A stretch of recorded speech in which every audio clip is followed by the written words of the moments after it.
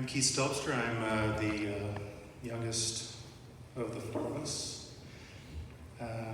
Joanne was my big sister. And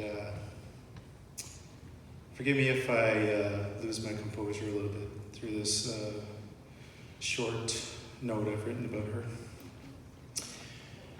I've always just called her Jo. She was never really Joanne. She was always just Jo. With Joanne, for all those who know her, I've never, ever, in all my time of knowing her, I've ever had a disagreement with her. I've never had an argument of any kind, or any unkind words or thoughts. She was always my big sister, and I had a huge respect for her. I could say it was because of the age difference between us. There's 10 years. I'm 10 years younger than her. But I believe it was just her beautiful, calm nature that kept the peace between us.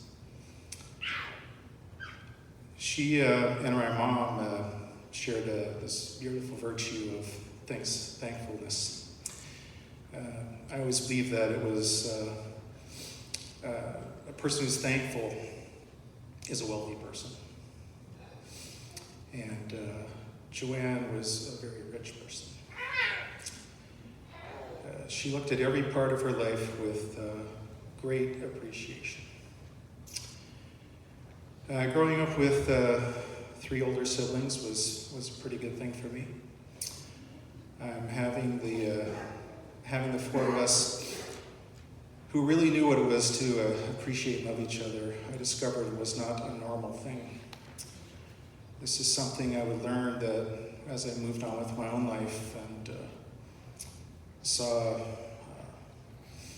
there was lots of strife in other families, and I couldn't relate. I thought every family behaved toward each other as we did, but my family has been the greatest gift to me. We have a special bond, my sisters and I share that it is as unique as a fingerprint. Today we still share that bond, but different, as one of us has moved on. So, excuse me.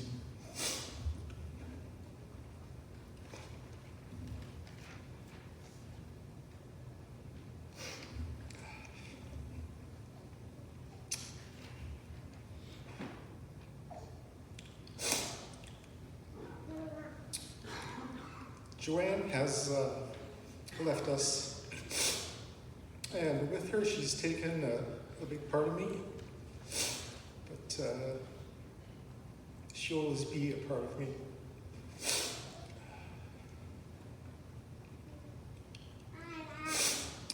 I always adored her, as I knew she did me.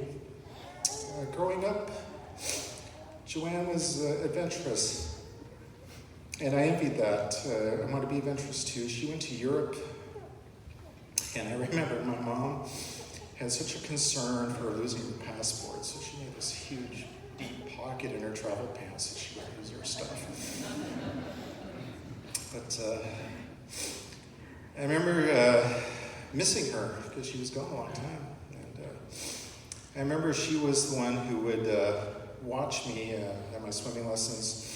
She would take me on long bus rides to visit her girlfriend on the other side of town, and I was never considered to tag along. She just wanted to bring me.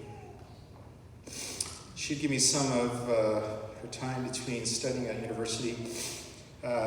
This had a price on it, though.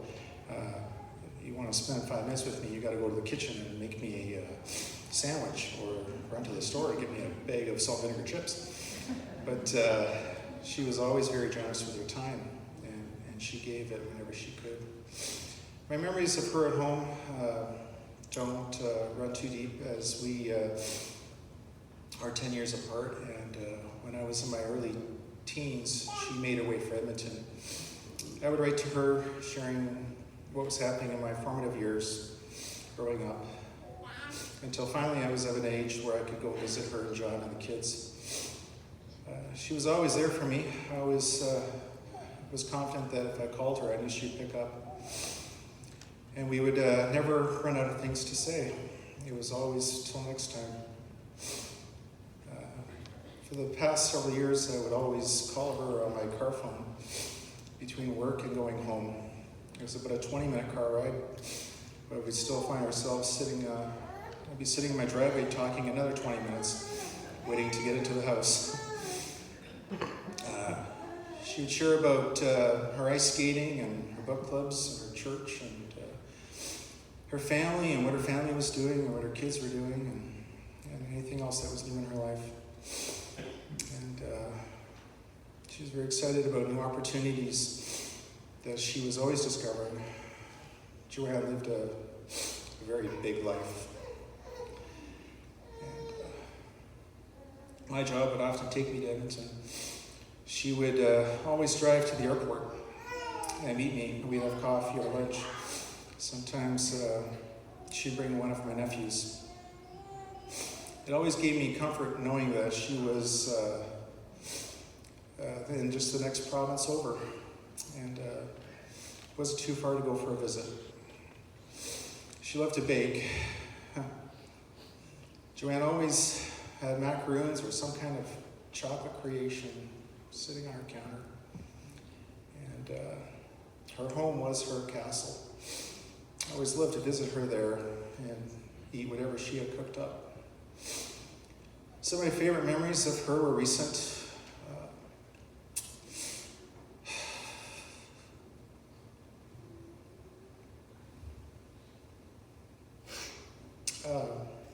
Whenever she would make a plan to go visit Ontario to see our family, she'd call me and I would make the same arrangements, and we'd always meet there.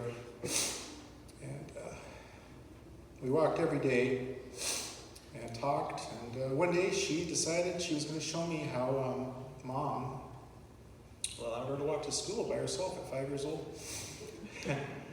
And it was about a half-hour walk to her kindergarten, so we walked it together just to see how far that was for a little 5-year-old kid to go. We rented a car one day, went to the beach, and we stopped in a small town and had ice cream together. We were kind of hoping to make that a tradition, that whenever we would get the chance, we would go and do that. She loved camping, as I only wished I had spent more time to camp with her and her family. So time has moved on, and my only comfort is knowing that she is with our Lord Jesus. That one time we'll be together again, and we'll go for another walk.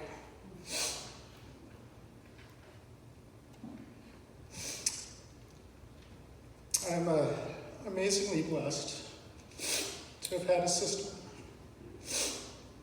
like my Joanne.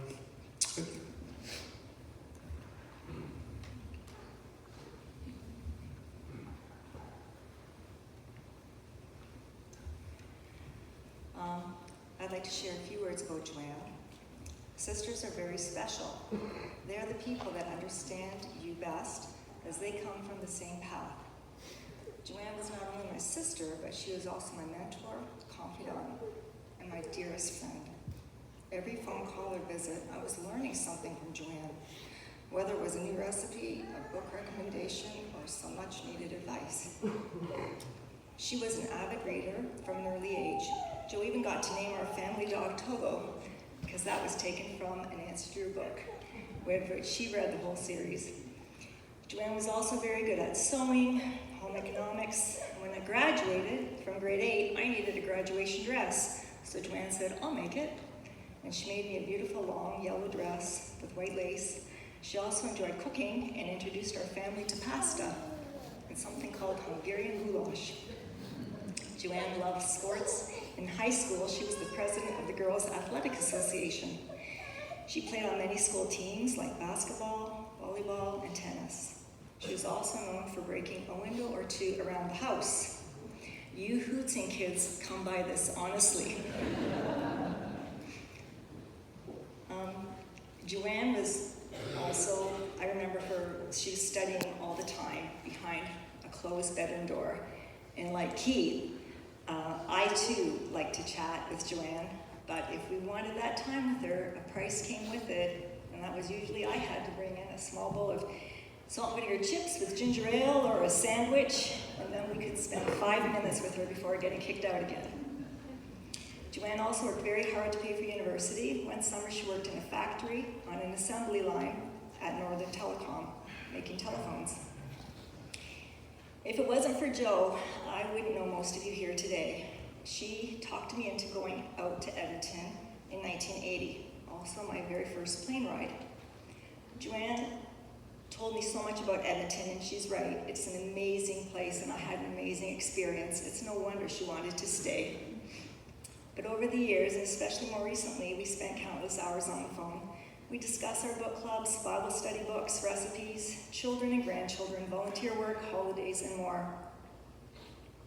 And when I learned about Joanne's illness, it broke my heart into 1,000 pieces.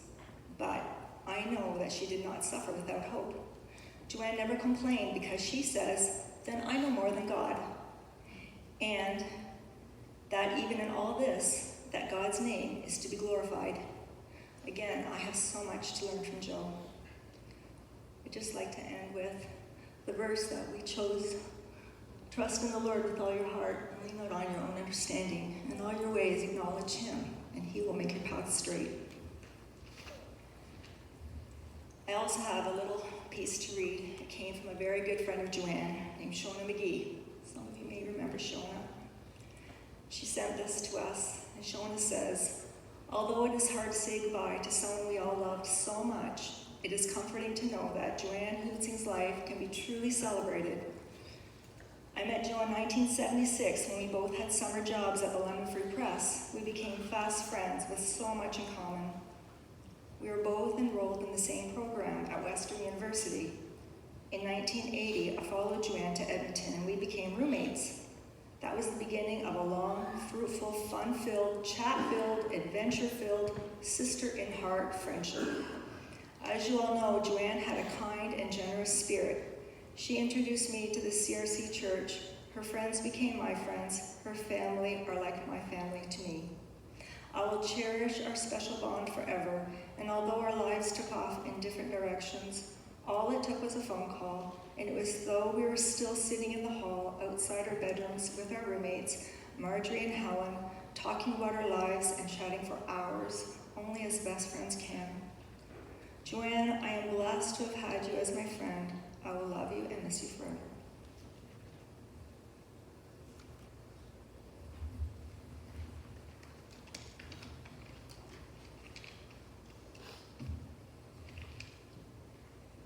As I was thinking about what I was going to say today about our sister, I sat in my backyard on a really beautiful afternoon in a quiet place and wrote a letter to her.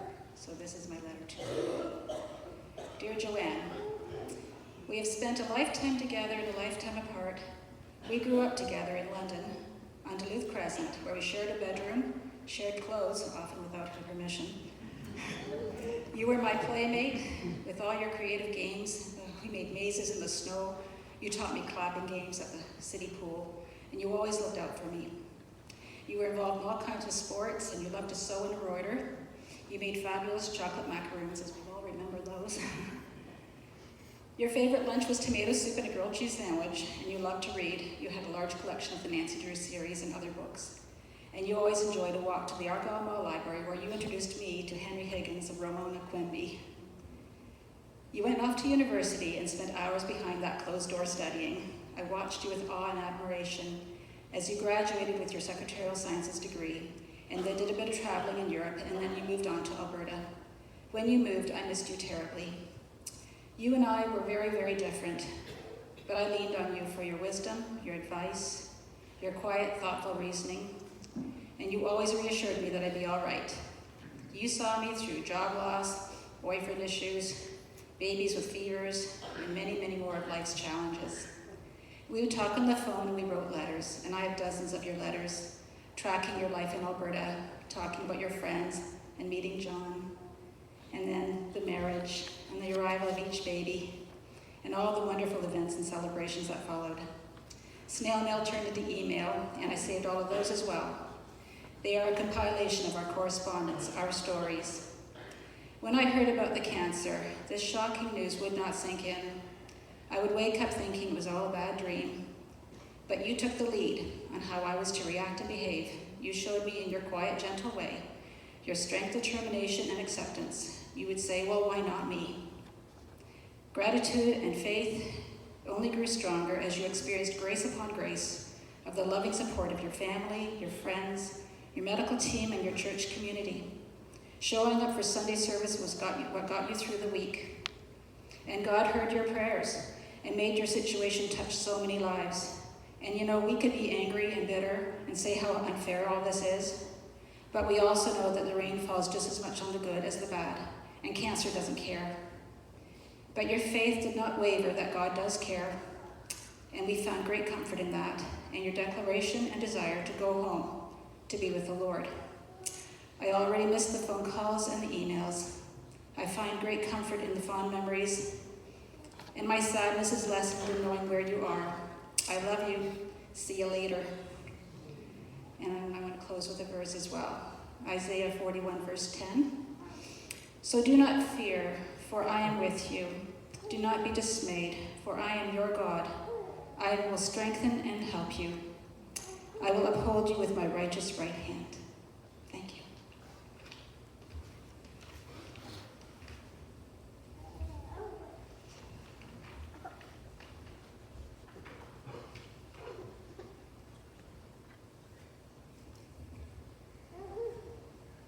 Hi, I'm Shannon.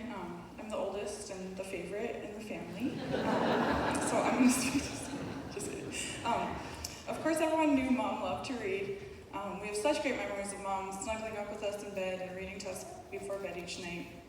It didn't matter how tired she was taking care of all of us while Dad was at work, but she always made time to get cozy with us and sit and read her favorite books. And that's sweet and nice, but we absolutely took advantage of this as we got older and all found different ways to trick Mom into reading all of the books we didn't want to read for school so we could fake our book reports that were due the very next day that we always left till the last minute. I would usually beg her just to read the first chapter, because that was easy. Just please, Mom, can you read the chapter to get me started? And she would say, well, okay, just one chapter. She would give me a summary and tell me it was really important that I read the rest myself. And then I would say, well, Mom, I can't really get a good feel for the book if you only read the first chapter. You really should start on the second chapter, too. So she would sit back down on the couch and read the second chapter. And somewhere between the second and the third chapter, she would always get hooked, and I was well on my way to an enjoyable night of not reading absolutely anything. And she would give me an excellent book report summary at night so I could quickly finish my report. Sometimes, if Mom was really tired, she did the most awesome thing, and she would look it up at the library to see if they made a movie on the book. Go get the movie, and we could watch it together. So, yeah. Mom was also always doing something in the kitchen. Almost every day we'd get off the bus and smell something delicious cooking on the stove. Oftentimes she'd be making a casserole to give away to somebody who needed it at church or for the Hope Mission. We used to run in saying, Mom, this is so good, what are you making? But over time it changed and it started turning into, Mom, is there any chance this is actually for us today? It was true. The first casserole was for the Hope Mission, and the second casserole, which went in the oven much later, that one was for us. There were often times when we would smell our chocolate chip banana cake coming from the kitchen, only to watch it all in one motion, come out of the oven, into the van, and out of our lives forever. We could only hope that when she returned from coffee break, Bible study, or book club, that there might be some left over for us. We would do the calculations. Book club has about 6 people. Okay, we got a chance. It's the year-end coffee break and it's Bring a Friend Day. Forget about it. So to all of those who are too polite to eat baking at social functions, we just like to say thank you. Some of the best times of our lives were when Mom and Dad would take us on big trips in the summer. especially to Kelowna, Shuswap, London, and Thunder Bay. Mom and Dad loved to be outside and be by the water, and there was nothing better than camping, sandwiches on the beach, and jumping into an ice-cold lake. We never wanted to leave. As we grew older, Mom remained incredibly close with all of us, no matter where our lives took us. Mom was a safe place for us and for many, many people. She was always someone you could trust. And I think a lot of people here know that. Mom was someone who wouldn't gossip or share secrets. She was always a safe place to go. And she was never too busy to listen. She always made time for other people. She always had time for a quick chat or a long conversation or to listen to whatever was going on, and she genuinely cared. Mom had the biggest servant heart of anyone I've ever known, and what struck me the most growing up with Mom is that she taught us by example, not telling us what we should do, but by faithfully doing it every single day. She never wavered, and she never said she was too tired or made an excuse. She always lived her life with gratitude, thankfulness, and being incredibly humble. I think what we will miss the most is simply the pleasure of her company. She was so much fun to hang out with and a beautiful person inside and out. What a comfort to know that no matter how much we love her, God loves her even more, and we're so glad she was our mom.